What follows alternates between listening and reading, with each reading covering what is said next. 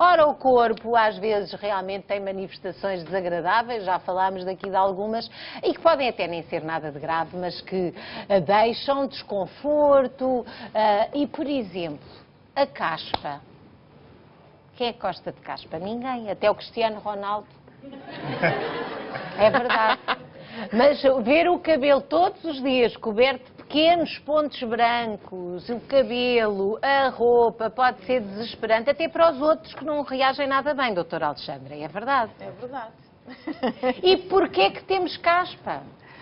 Porque é uma doença em que há uma descamação excessiva, acelerada, há uma descamação acelerada em determinadas pessoas. É uma doença hereditária, em que a descamação nessas pessoas que têm a doença chamada vulgo dermatite seborreica, que é o nome, ou caspa, a multiplicação celular ocorre rapidamente em 5 a 7 dias, enquanto que a nossa descamação habitual, que nós também descamamos, ao final de um mês temos as células à superfície e há uma descamação que nós chamamos de furfurácea, que quase que parece uma farinhazinha que nem se nota, ao escovar sai facilmente. Portanto, em quem tem caspa, isso acontece com mais frequência, mas é só na zona do couro cabeludo ou as pessoas podem ter outro tipo de manifestações da pele associadas à caspa? Há outras localizações. Nós falamos na caspa, no couro cabeludo, mas há a dermite seborreica na cara e na zona pilosa, pode ser no peito, por exemplo,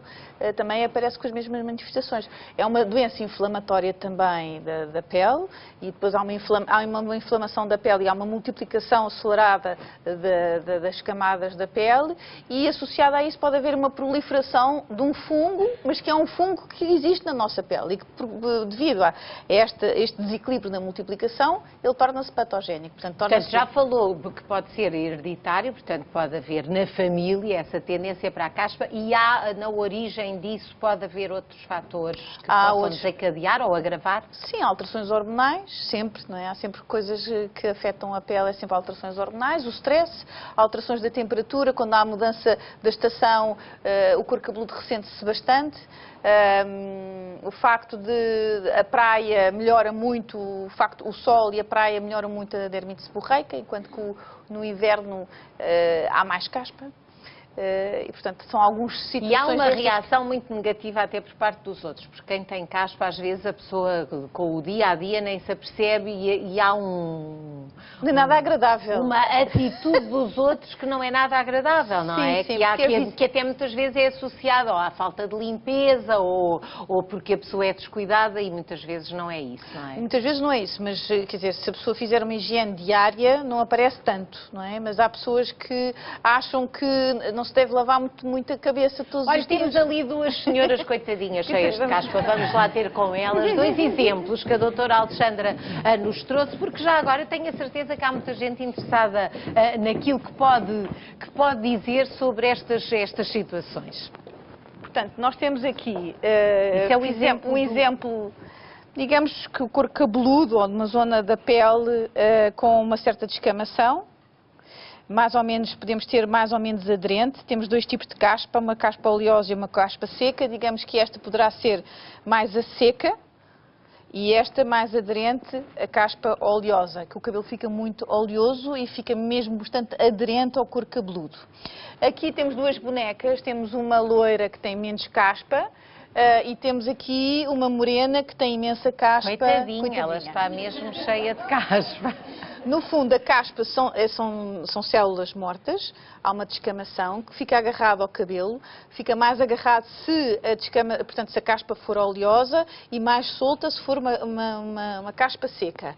E há esta descamação, são células mortas porque vêm por baixo células novas, há uma renovação celular da pele do corpo cabeludo. São as que são expelidas em 5 a 7 dias. Porque a ideia de que as pessoas devem, muitas das vezes têm a ideia de que é pentear muitas vezes que é para sair a caspa, isso pode estimular o contrário ou não? Não, até é bom, porque visivelmente isto é um bocadinho desagradável, não é? A pessoa olhar, ver que a pessoa tem caspa. Muitas vezes a caspa está associada a outras doenças de base do couro cabeludo, nomeadamente a presença de fungos, a presença de piolhos, a seborreia, a psoríase, todas estas doenças têm caspa por cima, que têm a descamação. E aparecem muitas vezes as pessoas no consultório por causa da caspa, doutora? Aparece imenso. Porque nós dizemos isto, parece que é uma coisa de estética. Tem caspa, mas há situações mesmo que as pessoas recorrem ao médico, já tentaram tudo e mais alguma coisa, A caspa não seca é fácil de tratar com os shampoos habituais que se pode encontrar perfeitamente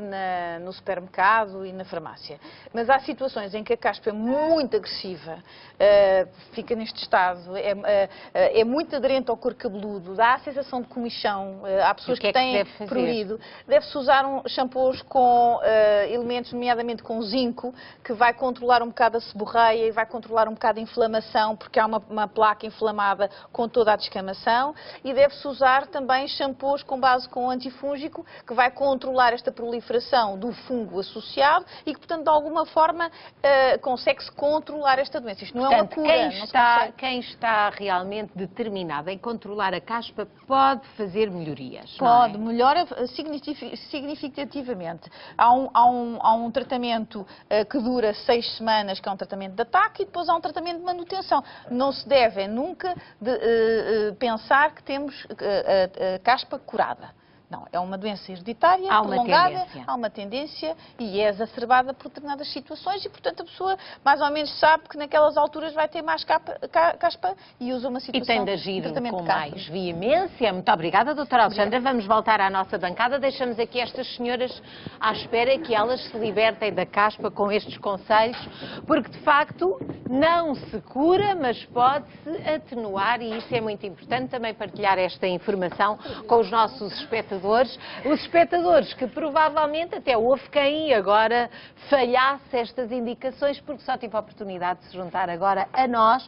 Se foi esse o caso, devo dizer que a nossa consulta com os médicos especialistas vai continuar. Hoje estamos a falar de porquê que o corpo produz certas coisas, porque é que certas coisas acontecem no nosso corpo, e quero aproveitar a oportunidade para informar as pessoas que só agora chegaram de que o cartão de sonho hoje pode dar 23.500 euros a um espectador ou a uma espectadora em qualquer lugar do país que ligue o 760 20 60 20. Este é um número que pode dar-lhe acesso ao prémio garantido de 1.000 euros. Ainda temos o jackpot 22.500 euros, que tanta falta provavelmente lhe fazem, tanto jeito que lhe dariam. Veja, faça as suas continhas, marque uma vez ou duas, aquelas que quiser, com bom senso, com parcimónia, como eu costumo dizer, com bom senso, para não gastar os 23.500 euros todos de uma vez. Também era preciso estar a marcar muitas vezes.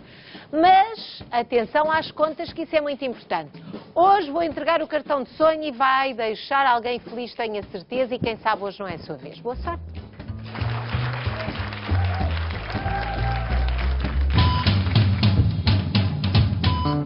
Sabe como funciona o mecanismo que nos faz ter febre e como é que se acumula o ar no corpo? Saiba tudo já a seguir. O próximo assunto é algo pelo qual já passámos de certeza. Estou a falar da febre. Os adultos até vão conseguindo lidar com a febre, quando se trata deles próprios, mas quando toca aos mais pequenos, aí é que surgem os maiores sinais de alarme, e quem fala bem sobre isso é o Dr. Sérgio, que de certeza que aparecem muitos pais preocupados a dizer: o meu filho está com febre. Portanto, é verdade, é uma situação muito frequente, mas temos de perceber que a febre não é um inimigo, é um amigo da criança. Mas porquê é que nós temos febre? Temos febre porque o nosso organismo tem mecanismos de defesa e este é um deles. Face a uma infecção, uma inflamação, o que é que acontece? Por exemplo, no caso de uma infecção, há produção de determinados produtos, como citoquinas, prostaglandinas, entre outros, que vão entrar em circulação. E o que é que vai acontecer? Vão atuar a nível do centro regulador da temperatura corporal. No nosso organismo, o nosso corpo tem a temperatura mais ou menos 37 graus centígrados e está mantida a este nível porque há um centro que regula isto, a produção e a eliminação de calor. A nível do nosso sistema nervoso central, a nível do hipotálamo, temos um centro que é um termostato natural. Nós às vezes, esteja calor, esteja frio... Essa gestão é feita naturalmente. No caso de um ataque por uma bactéria, por exemplo, de uma infecção, o que é que acontece?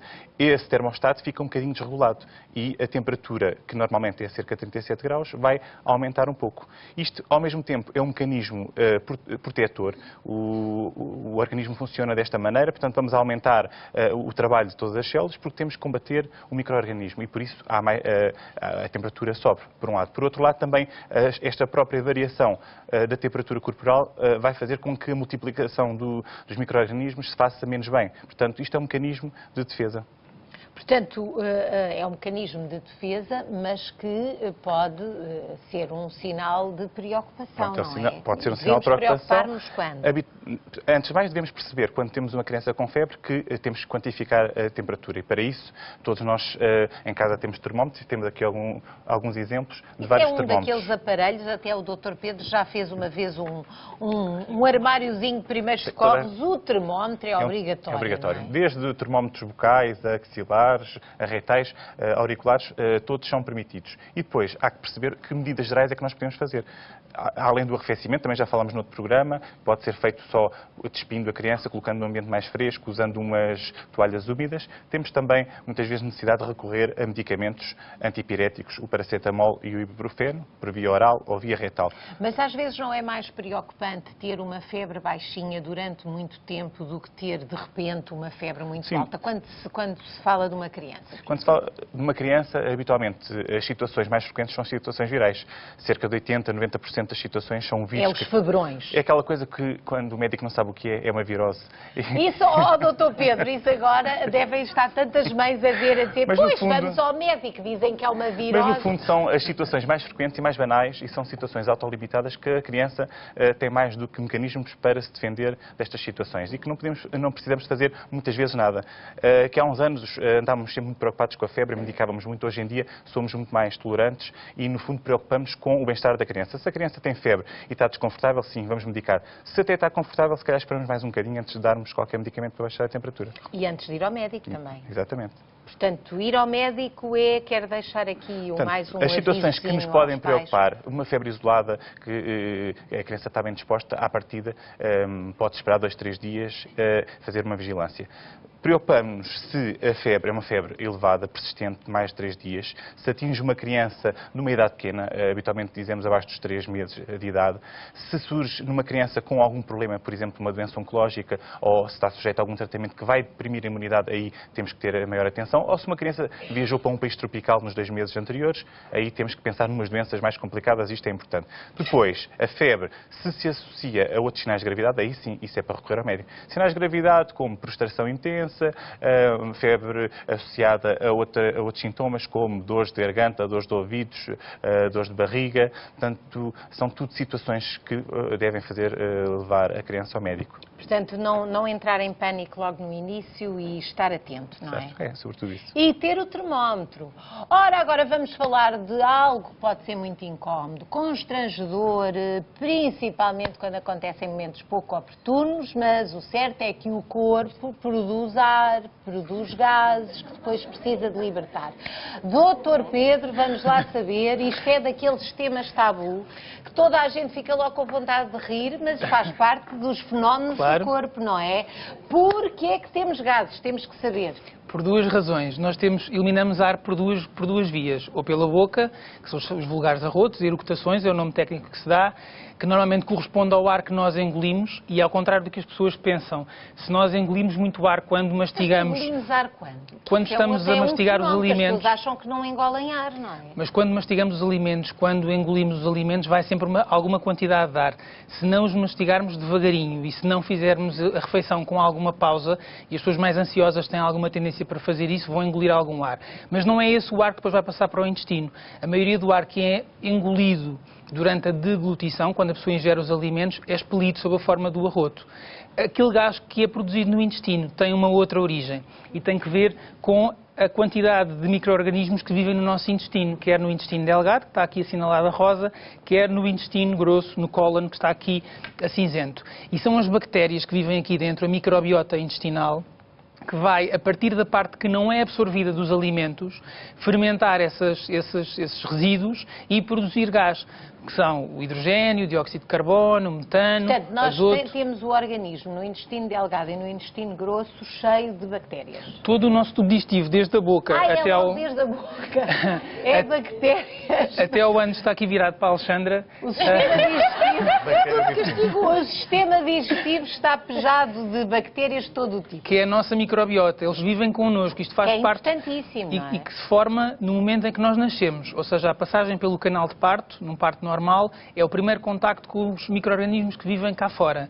E, portanto, a criança, quando engole, quando deglute secreções da mãe, vai aspirar algumas bactérias que vão começar a colonizar o seu tubo digestivo. Então, os alimentos vão descendo pelo tubo digestivo até chegar ao intestino. Exatamente. E é aí que mas é a fermentação desses alimentos no intestino que provoca a formação de gás. E nós podemos produzir... A Bárbara tem aqui um balão com mais ou menos 1 litro de ar, mas temos aqui outro balão com mais ou menos 3 litros de ar. Mas é possível e que esta uma é a pessoa quantidade... produza 3 litros de ar? Não é possível. Uma pessoa produz todos os dias 1 a 3 litros de ar, que vai sendo expelido quando a pessoa evacua misturada com as fezes ou saindo sob a forma de flatos. Pronto, quando acontece. E nós temos uma animação para nos ajudar, as coisas que nós descobrimos aqui com os doutores, porque realmente ninguém tem ideia, não é? Mas de facto... Doutor Pedro, quer comentar então? É a parte não digerida dos alimentos que é fermentada pelas bactérias, que vai dar então origem à produção de gás, e são esses gases que depois se vão acumular no tubo digestivo, ser expelidos, ou quando não são expelidos, provocando distensão. Aqui temos um agente da nossa microbiota a produzir gás.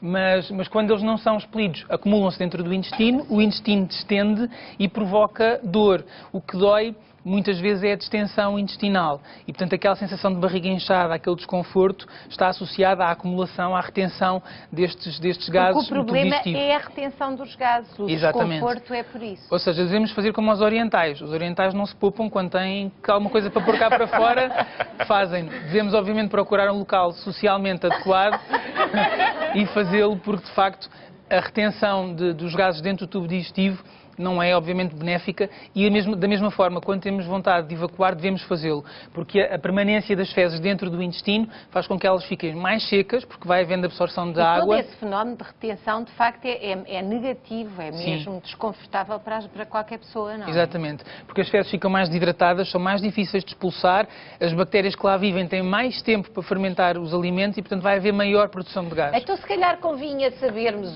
conhecer os alimentos, o Dr. Pedro é melhor ajudar-nos para percebermos o que é que os alimentos podem contribuir ou não para aqueles balões que acabámos de ver, não é? Vamos lá então. Vimos sempre aqui acabar na horta. Vimos para a horta. A horta está sempre presente na nossa alimentação, ou pelo menos deve estar, não é? Sim, sim. Então vamos lá. E temos aqui um conjunto de alimentos que, apesar de serem, alguns deles bastante saudáveis, podem de facto aumentar a produção de gás. Porquê? Porque são ricos em fibras. Fibras é tudo o que são substâncias da nossa dieta, daquilo que nós ingerimos, que não é degradado pelo tubo digestivo e, portanto, é fermentado pelas bactérias e leva à produção de gás. Temos aqui a couve, os brócolos, o repolho, temos também os ovos e, em particular, os ovos estão associados, porque são ricos em compostos sulfurosos, a um odor mais característico dos flatos. Temos também o feijão, a carne vermelha e todos os alimentos que são muito ricos em proteínas podem levar, de facto, a isso. Mas depois são alimentos que, mesmo que provoquem desconforto, a pessoa não deve dispensá-los da alimentação, não é? O que eu sugiro normalmente, e as pessoas que têm obstipação devem fazer dietas ricas em fibras, é que façam uma reintrodução das fibras de uma forma gradual. Porque as fibras são boas para aumentar a massa fecal, a massa das fezes e chamar água ao intestino, mas simultaneamente, se uma pessoa não ingere fibras nenhumas e de um dia para o outro já está a comer sementes, não é? Nem é tanto às vezes o cozido, às vezes são aquelas sementes que nós recomendamos, as sementes de sésamo, de linhaça, de girassol. Alguém que não fazia esse tipo de alimentação e que numa semana resolve introduzir tudo ao mesmo tempo, não é bom. Não é positivo, porque o organismo precisa de se habituar a digerir novos alimentos. Mas temos aqui outros alimentos que fazem parte da nossa dieta e que também podem levar, de facto, ao aparecimento de flatulência. O leite, o queijo, o iogurte. Iogurte também. Sim. As pessoas que são intolerantes à lactose, uma das manifestações dessa intolerância é justamente a flatulência, o meteorismo, ou seja, um aumento da produção de gás e a barriga meia revolta provocada pela ingestão destes alimentos. Porquê? Porque o leite e os derivados têm um açúcar, que é a lactose, que nós não temos, normalmente 70% das pessoas não Portanto, têm. estes alimentos são indispensáveis aos pouquinhos. Exatamente. E não uma pessoa estar sem os comer e depois comer tudo de uma vez. Mas devem ser evitados Isto se aqui. houver alguma intolerância, de facto. Aqui temos algumas substâncias que podem ser utilizadas como forma de reduzir a produção de gás e, portanto, melhorar os sintomas. Fale-nos lá Temos delas. aqui a salva, temos o chá de hortelã-pimenta, temos a camomila, temos o funcho, temos o tomilho, poderíamos ter aqui os coentros. Portanto, há um conjunto de ervas aromáticas que podem fazer parte, ou sob a forma de chá, ou como condimento dos cozinhados, que podem reduzir a produção Portanto, de a gás. carne aqui com o tomilhozinho, não é?